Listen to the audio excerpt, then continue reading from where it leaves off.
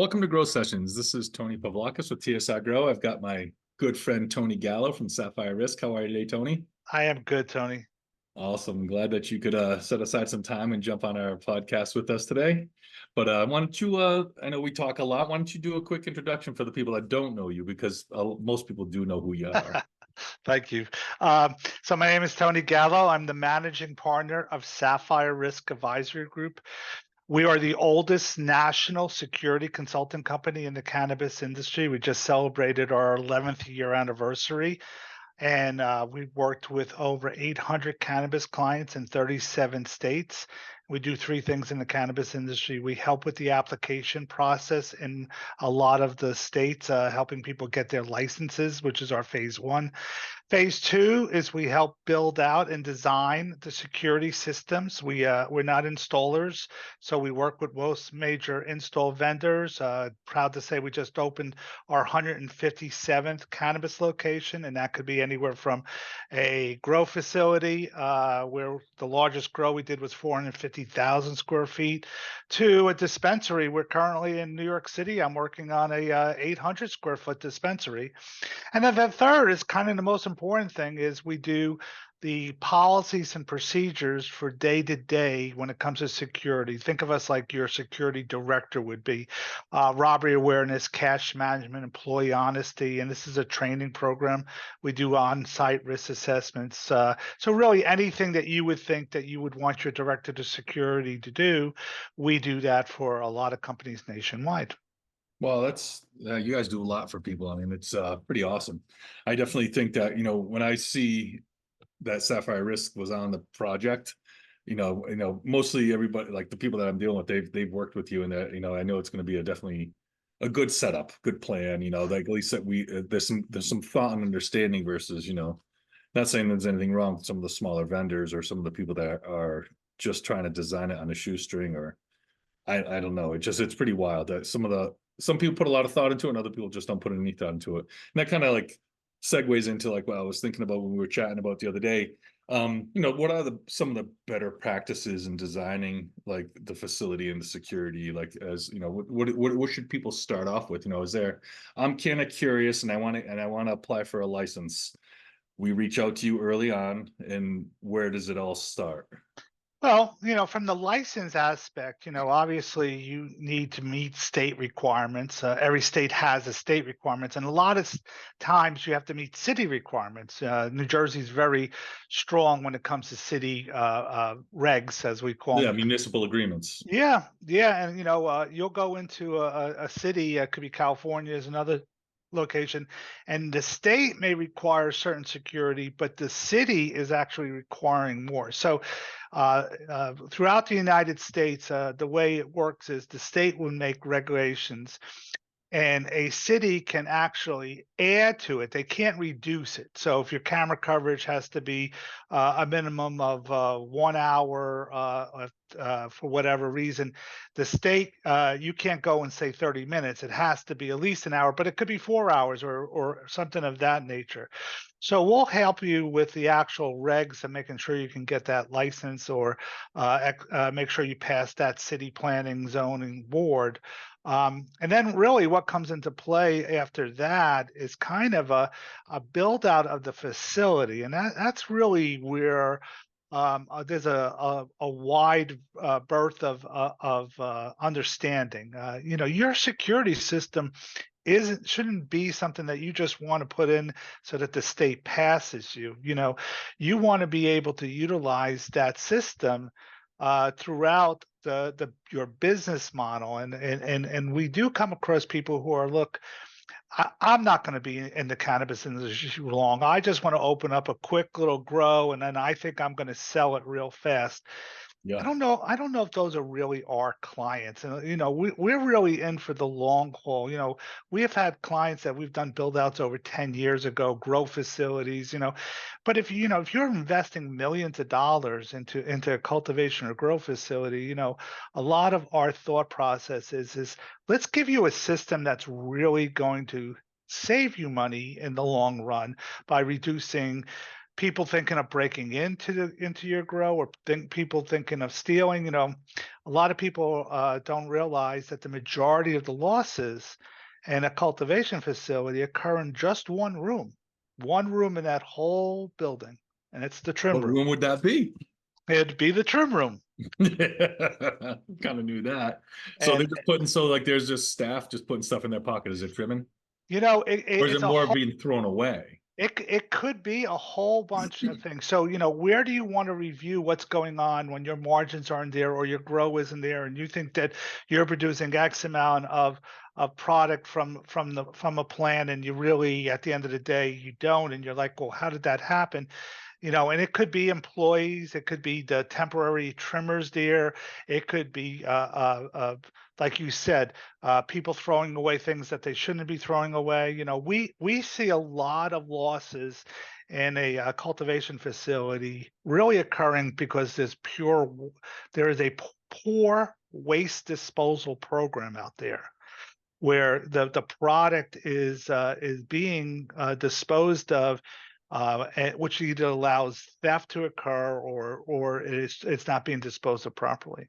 Is that like part of like the SOP, like they didn't have good procedures initially set up? Or is Yeah. that just like it's kind of like you said, like it does there needs to be some more training and management involved? Yeah, let me give you like a perfect example. We were called in and the grower said, my margins aren't there and we're not producing as much. I think, my plants are producing what they should be doing, but we're at the end of the day in our dry room or our secured storage room, we're just not producing it. And we looked at their trim room, and we found that the trimmers would come in and they had latex gloves on, and this one particular trimmer would take buds and he put it in the latex glove, and then he pulled the glove off and he throw the glove in the trash. He really didn't care who took the trash out. 2 o'clock in the morning, he'd come back to the dumpster, and whoever brought out those big bags of trash. So, he was hitting them for pounds at a time of cannabis that the owners didn't recognize, because at the end of the day, when he left, he didn't have anything on him, but they had a poor waste disposal program, and he just went dumpster diving at the end of the day, because the trash that was going out shouldn't have had any cannabis in it to begin with, and all that cannabis was in the glove.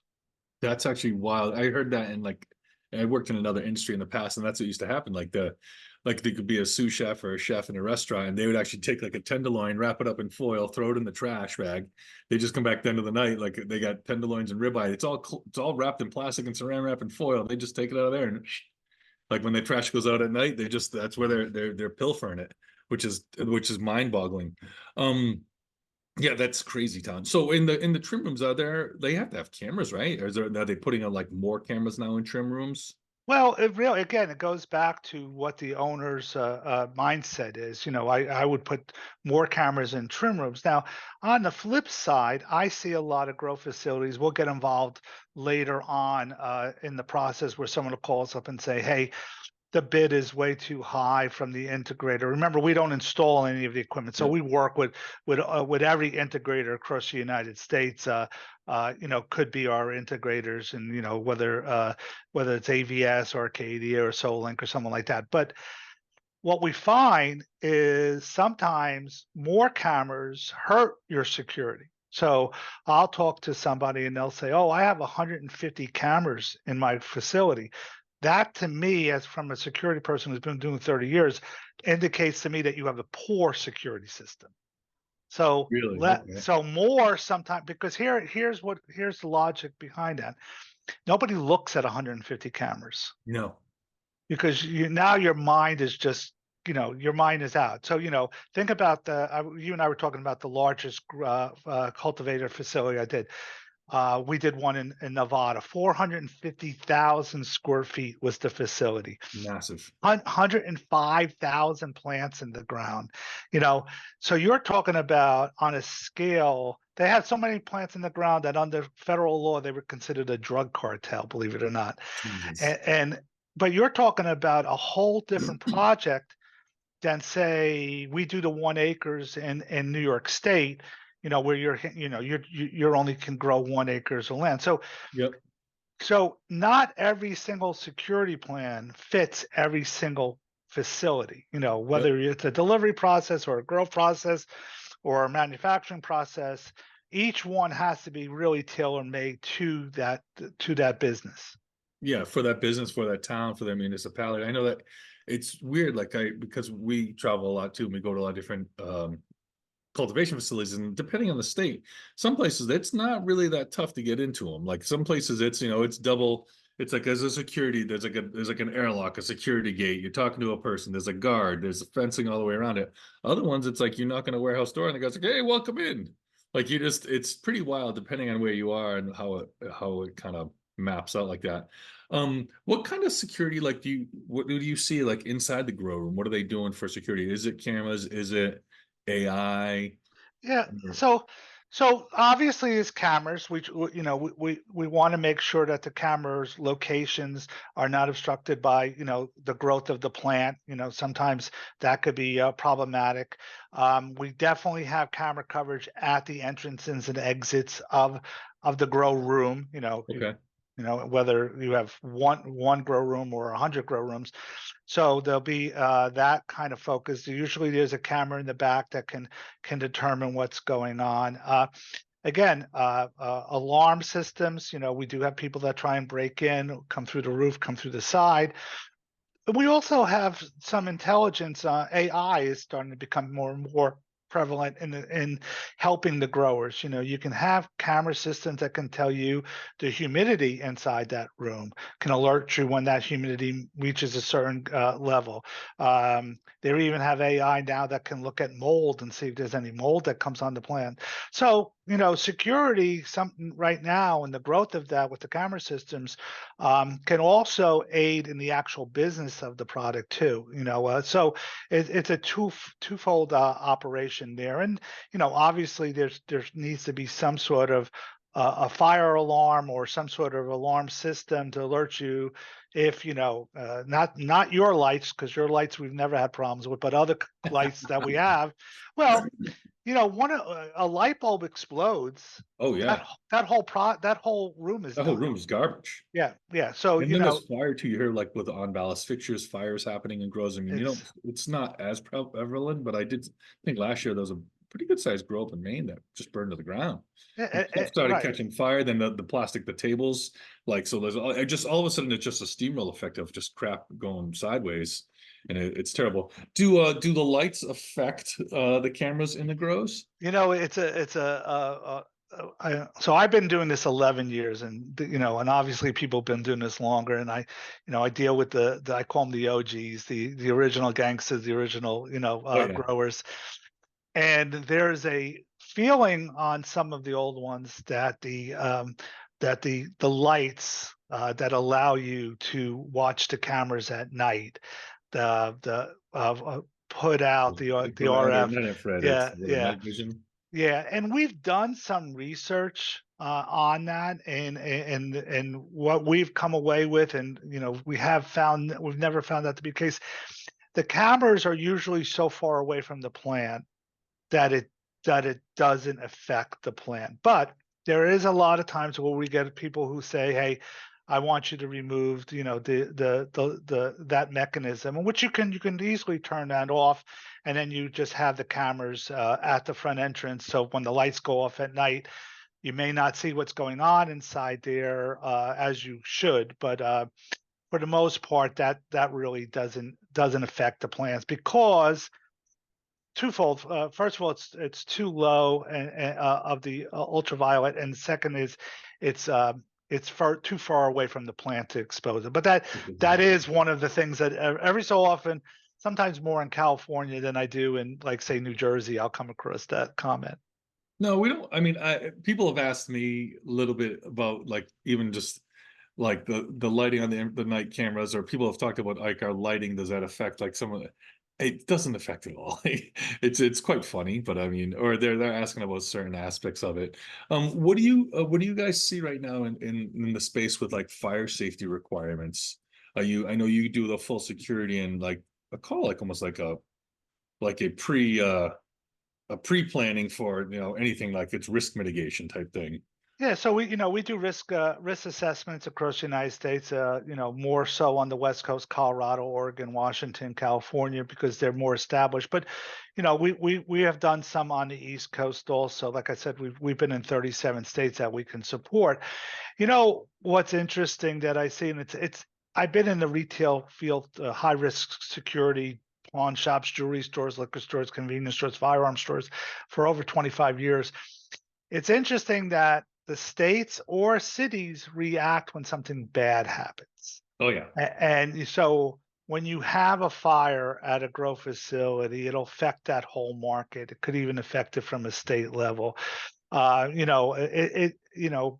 It's difficult sometimes to prevent a hazard from occurring, in a cultivation grow because of the products that are all around, and of course of how you grow and your involvement there and keeping it. I think the one overwhelming factor I see when it comes to safety is following the best practices, making sure obviously that you're following state regs, but should you be following something even higher than that and making sure that all of that is done properly?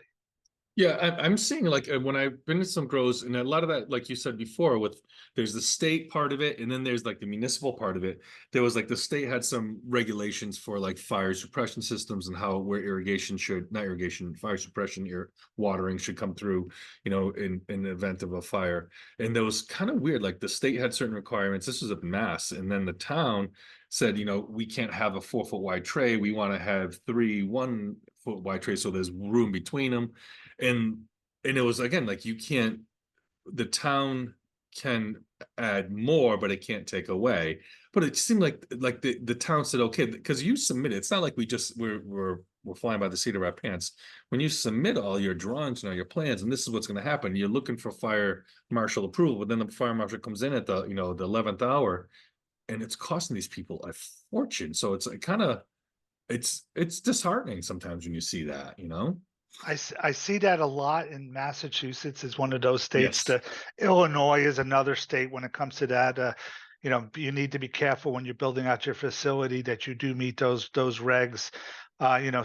Some states are more requiring, some cities are more requiring.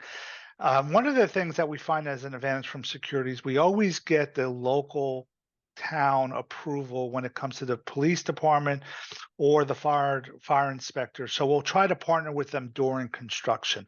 We'll review our security plan with the chief of police and see whatever input they might have. And they always have input. They always have something that they would like to see that you would have never even thought. It's not in the city regs, it's not in the state regs, but they would like to see that. And I think that goes a long way of that partnership. And that's kind of like one of our secret sauces. We just opened our 26th location in New Jersey, and we've done last year I did 67 city council meetings in New Jersey alone.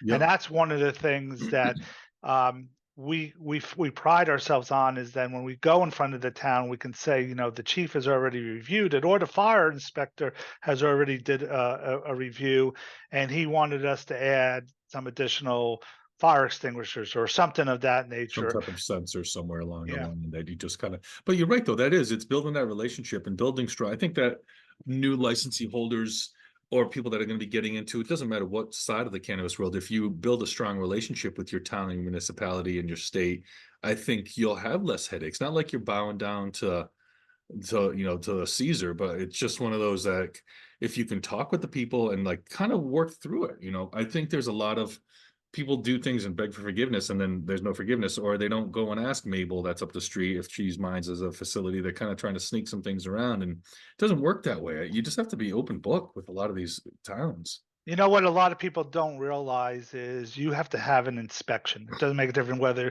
you're a dispensary, a delivery, a cultivation, or a grow. State comes in and they do their inspection before they give you your final approval to move forward. Let's say that your plans are to open on Friday and you're already geared to go. You have the employees, you have your cuttings, you have everything you need, you're ready to go. And the inspector comes in on Monday to do the final inspection or that week.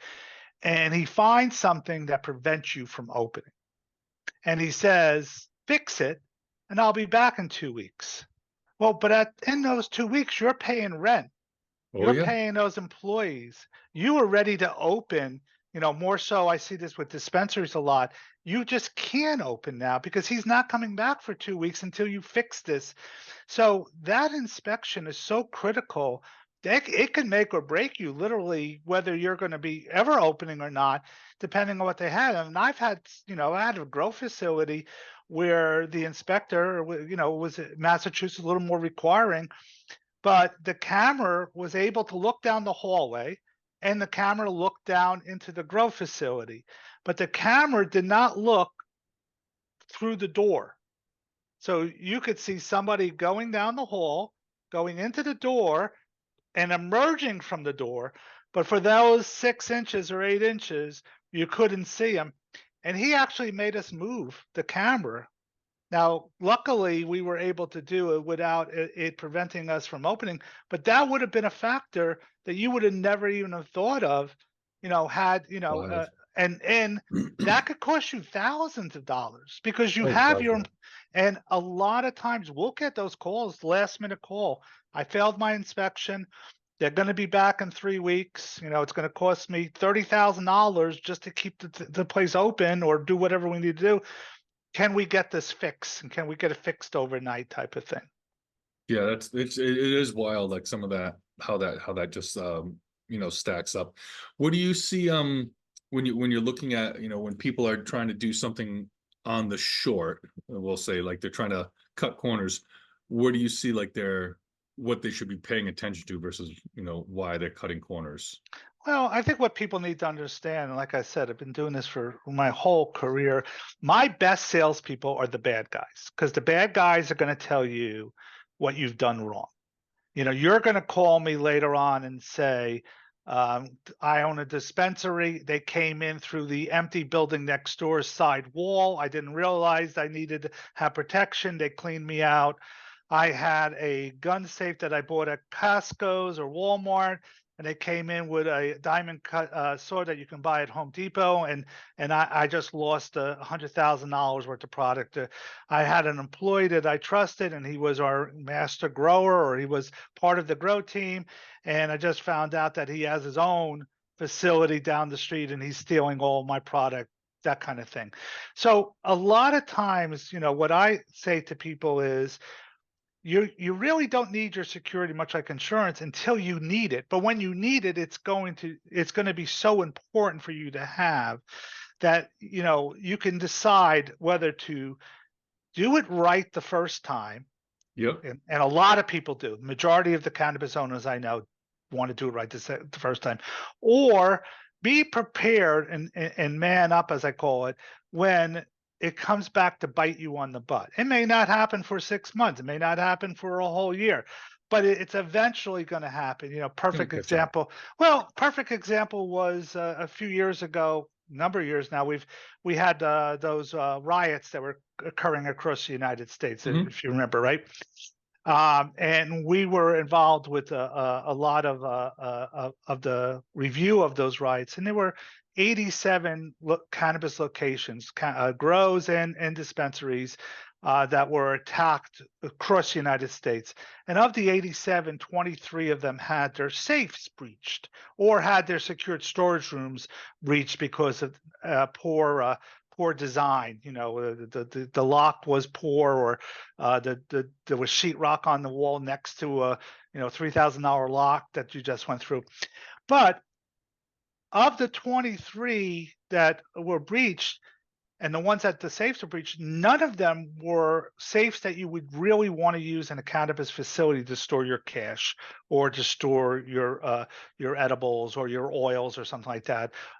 And the same thing goes with the doors. So the ones that survived, the ones that did not have those losses, other than what would have normally happened, they that already paid for themselves, and I see that Yep. in the jewelry industry. I see it in other industries. So it's not just the cannabis industry, but I think that's what you see more and more. And then what happens then, the next thing would be if something bad happens in the state, big fire. Fire destroys the grow facility. Smoke the cannabis smoke is everywhere. The town is, upset about it. Then they come in with these regs now, new regs, Yeah, new regs that regs you that didn't just they thought they created. It was like the good idea fairy. exactly. That's funny.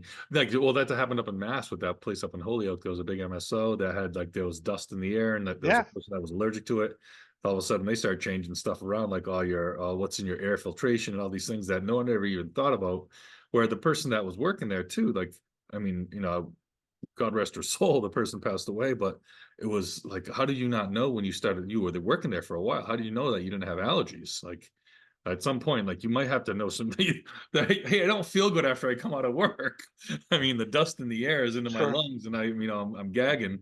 But I mean, wow, it's like that's just terrible when Yeah. stuff like that happens. It's like you can build a facility and it doesn't have to meet OSHA requirements, but it Mm. will one day.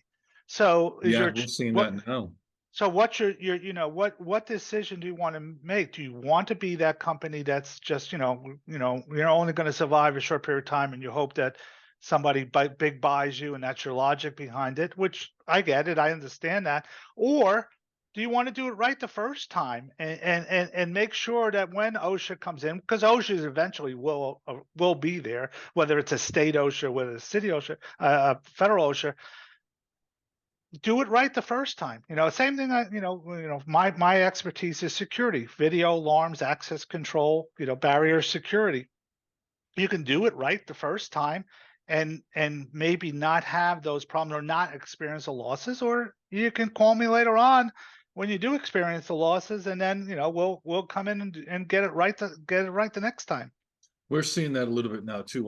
Like some states are writing it into their bylaws or however you want to call it, their regulations like GMP, GACP. Yeah, So good manufacturing practices, but I don't think they're being enforced because I don't think they're the governing body like an OSHA that's coming in and saying, what is your egress? I mean, they're going by some state code regulations, but there's still stuff like versus the European market. We do some jobs over in Europe where that is heavily regulated, and they have agencies that give you a certification that says this facility is it's stamped and approved, and the state says we take stamp and approvals from these three people in these three different countries.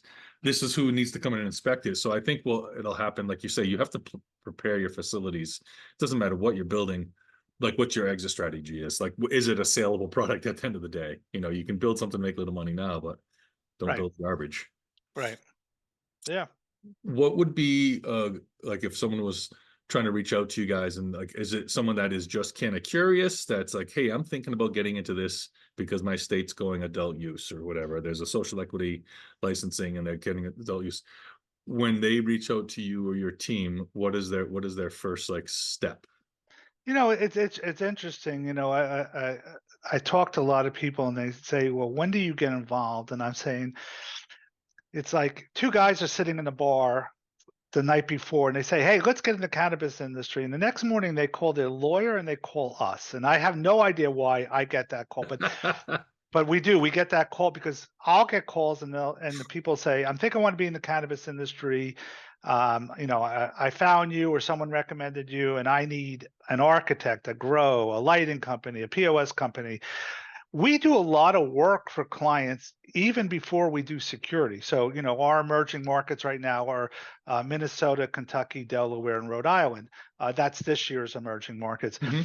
We'll get calls from people that are like, I'm thinking I want to get into the industry. I'm not even sure what I want to do in the industry. Can you give us a little guidance? And we do. We don't charge you for that, for something of that nature, because we want you to be successful. And then we get established markets, a little more the New Jersey states that are a little bit more, or California, Oregon, Washington, Colorado.